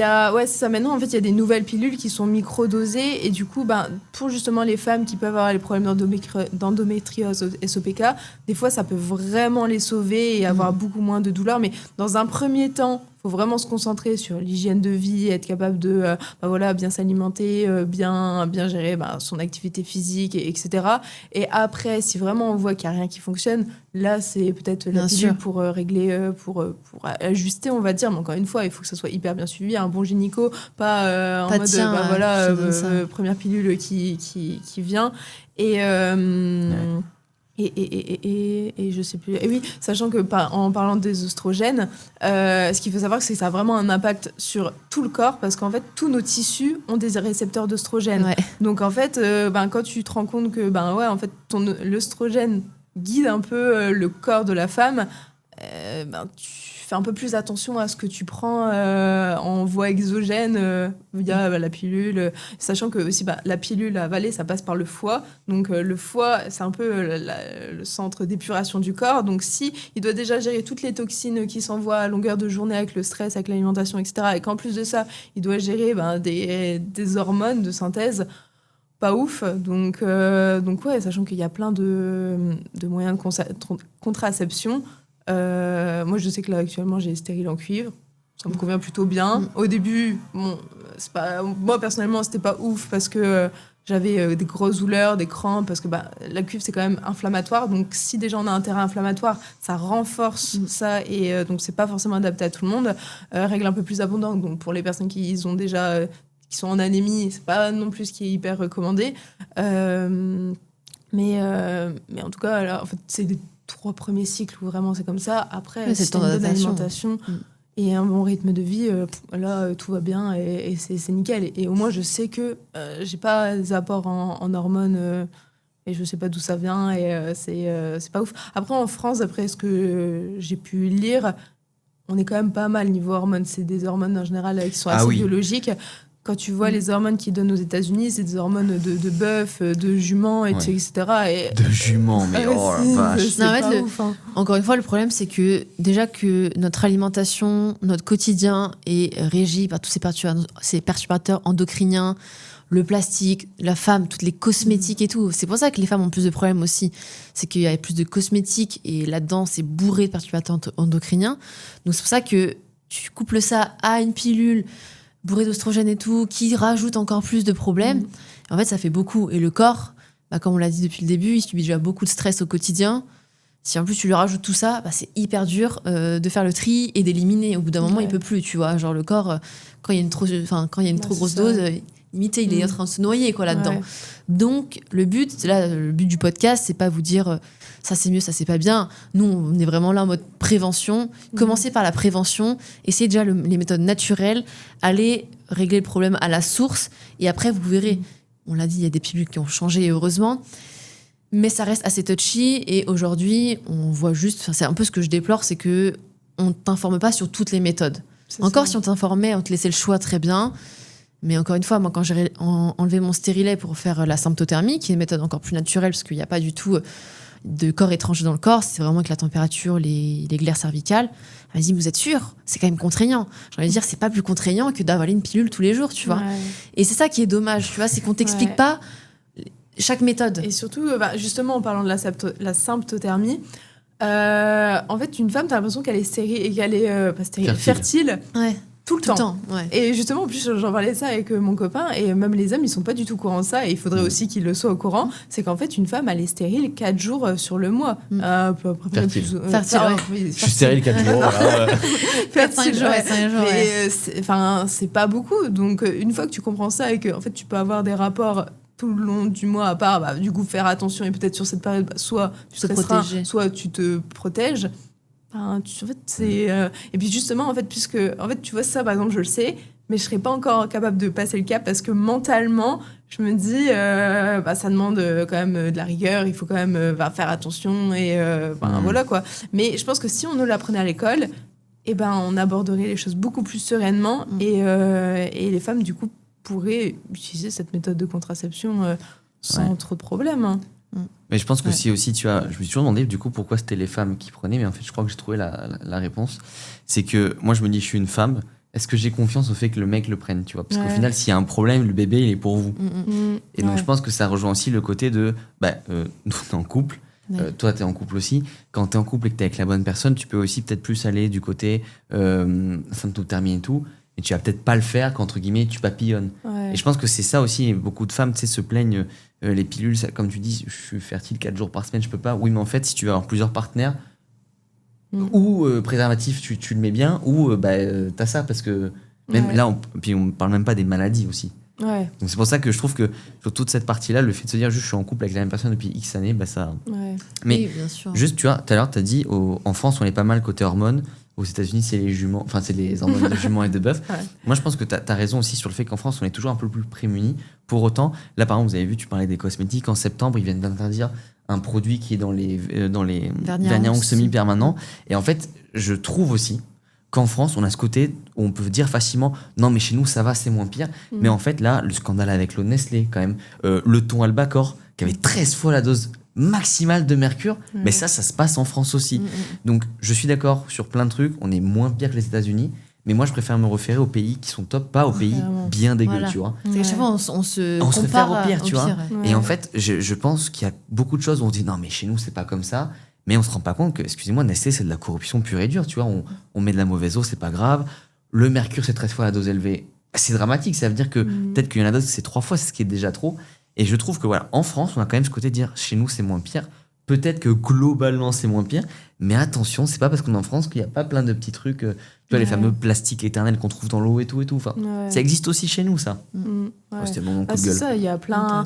Les perturbateurs endocriniens, c'est vraiment un sujet qu'on parle pas beaucoup, mais qui est hyper important. Et encore une fois, ça a un impact sur les hormones. Et quand tu fais attention à justement bien t'alimenter, faire attention à ton cycle hormonal et tout ça, tu fais un peu plus aussi attention à ce que tu te mets sur la peau. Tu vois, je crois que c'est grâce à toi que j'avais découvert la crème des Lausanne. Ouais. On va faire grosse pub des Lausanne, voilà. Pas de promo, mais elle est top. Game changer, parce que le pot, il me tient 1 an. Ah ouais. Tu mets beaucoup de crème, toi, alors. Après, moi, j'en ai tellement sur tout mon corps. Ah non, moi, c'est que pour le visage. C'est faux. Ah ouais. Mais ouais, enfin, franchement, en plus, j'en ai recommandé, là, je sais plus, au mois de juin, et justement, j'en parlais anti-stress, désolé. Mais j'en parlais avec un client, et pour lui conseiller, justement, parce que il fait attention, pour son acné. Et du coup, il disait, mais c'est cher et tout. Donc en fait, c'est là où j'ai revu un peu mes commandes. J'ai dit, mais attends, mais le mien, je l'ai commandé il y a 1 an, il m'a tenu 1 an le pot. Donc évidemment, je tartine pas tout mon corps dessus, mais juste me dire, au moins là, je sais que c'est vraiment, il y a un ingrédient dedans et c'est 100% naturel. C'est la graisse de bœuf. C'est ça. Mais pourquoi tu fais pas le corps du coup? Je n'ai jamais l'habitude de mettre de la crème sur mon corps. Ah, t'en as jamais mis? Ah ouais, c'est non. pas parce que tu mets une autre crème moins chère ou quoi? De temps en temps, oui, mais j'en mets quasiment jamais. C'est vraiment juste quand je sens que c'est un peu sec. Mais t'as raison, on devrait faire un guide pour tous nos clients, un peu de, tu sais, où est-ce qu'on commande les crèmes et tout. Mais tu vois, t'as raison, en plus, il y a le côté. En vrai, ça coûte du coup aussi beaucoup moins cher que oui, les crèmes que tu trouves en pharmacie. Oui, parce que les crèmes, t'en mets beaucoup. Puis, franchement, déjà, par exemple, là, on boit de l'eau en bouteille. Le filtre à eau. Si on fait du sport, qu'on transpire pour éliminer les toxines, qu'on a un bon sommeil, que la diète est optimisée, déjà on a fait un gros pas. Dans la cuisine aussi, hein. Les ustensiles pas en plastique, les poêles en inox, déjà ça va changer beaucoup de pas choses. les Tefal et tout. Après, il y a toujours un truc, c'est tout ce qui va être lessive et tout, c'est toujours très compliqué. Mais déjà, si on a ça, les vêtements, on essaye de coton, on essaye en lin pour des matières naturelles. Franchement, on est déjà bien. Et le truc des perturbateurs endocriniens, c'est qu'il y a aussi un côté où on peut pas choisir, où nous on vit à Paris, à Paris il y a plus de pollution et tout. Donc c'est aussi des choses à prendre en compte. On dit pas qu'il y a des gens qui prennent du poids parce que juste il y a de la pollution, mais stress plus pilule plus c'est un tout. etc. Ouais. Et tu parlais de la cosmétique, c'est vrai que je trouve que c'est... Puis il y a des trucs C'est simples, dingue, en fait, c'est juste qu'on n'est pas éduqué, qu'on n'a pas les réflexes, mais les produits ménagers, tu vois, il y a plein de personnes qui ont des trucs... Pour que tu les mouches, là, tu sais, moi, ça, c'est les trucs qui me dégoûtent. Oui, Tu sais, ouais. Et quand tu sais que le truc, il te fait tousser toi-même, donc que c'est pas bon. Mais ouais, tu Et vois... la peau capte, hein, ces trucs, ça Ouais. rentre après dans le corps. C'est ça qu'on appelle Même perturbateur tous les endocrinien. parfums, tu vois, que tu mets dans les toilettes pour que ça sente bon et tout, bah, c'est des trucs que Oui, tu... putain. Pardon. Non, mais ça, que ouais, tu ça ces trucs, respires et c'est full chimique. C'est... Euh, ouais. Les bougies, hein, des fois, Franchement, la meilleure Ouais, odeur, les bougies, ouais. c'est si vous voulez parfumer quelque chose, vous prenez des huiles essentielles. Ouais. Tu mets Diffuseur ça, d'huile ça, essentielle. voilà, et tu mets. Par exemple, nous, tu vois, quand on se met un peu de menthe poivrée sur le ventre, c'est pour la digestion. En fait, après, ça sent de partout et c'est 100% naturel. Ouais. Mais t'as raison. Et d'ailleurs, tu disais d'un côté, le client là qui te disait c'est plus cher. Oui, mais en fait, avec tout ce qu'on va enlever de la consommation, Ouais, c'est ça. et c'est pour ça, et peut-être que ça pourrait être une bonne conclusion, aussi on fait attention parce que comme ça, quand on sort de chez nous, on n'a pas besoin de prendre la tête. On va Bah au resto, ils ont une poêle en Tefal et de l'huile de tournesol, bah, c'est pas grave. Le problème, c'est quand chez nous, on est optimisé à 6 sur 10 et que dehors c'est 2, hein, on va pas Ouais. se mentir. Ouais. Autant être à 9 chez nous Ouais. et 2 pour au moins en fait se dire ça va, parce qu'en fait on est quand même plus chez nous que dehors. Ouais. Et il y a beaucoup de gens comme ça, ils disent ouais, mais l'huile de tournesol, moi j'en achète pas. Si, dans le pesto que t'achètes, il y en a. Ouais. Dans les sauces que t'achètes, il y en a. Au Des restaurant, fois, dans les légumes surgelés, Dans les légumes surgelés, il y en a. Déjà... tout ce que tu manges au resto est cuit à ça. Donc en fait, Ouais. tu manges de l'huile de tournesol beaucoup plus que ce que tu crois. c'est clair. Moi, je sais que quand on va au resto, il y en a. Mais du coup, chez moi, c'est huile d'olive, huile de coco, point. Ouais, tu sais, quand c'est 80-20, tu sais que 80% de... À la vôtre. hein. de chez toi, c'est clean, donc les 20% qui sont dehors, bon, bah, ça va mieux. Bah ouais. Et ouais, Est-ce que vous avez un petit mot de la fin pour conclure Je pense qu'il y On a aura dit une beaucoup de choses, là. une V100. Ouais. Ouais, il y a beaucoup de trucs encore à dire, mais je pense qu'on a dit vraiment l'essentiel. Bah, c'est trop bien. De toute façon, on fera le e-book qui récapitule absolument tout. On vous mettra aussi les liens pour réserver votre bilan Pareto Santé. Voilà. Comme ça, on pourra voir si on pourra bosser ensemble, vous, Estelle, moi et puis toute l'équipe. Et puis aussi les liens pour Nutripreneur. Ouais, n'oubliez pas, 20% avec le code Corps et Esprit 20, profitez-en pour faire justement le plein de magnésium, de vitamine D, de zinc pour justement les cycles. Ça, pour moi, c'est les classiques. Magnésium, Les- zinc, vitamine D. Ouais. Ouais, les minéraux, les vitamines importantes. Puis après, bien sûr, c'est vrai il y qu'on a... n'a pas parlé de la vitamine D, mais vitamine D... sur les hormones, en fait, c'est ouais. hyper essentiel aussi. Ouais. Et d'ailleurs, en prise de sang, enfin, je sais pas vous, mais moi, j'en fais à chaque fois, je demande la vitamine D. Je suis pile dans la moyenne en me supplémentant toute l'année, sauf le mois d'août.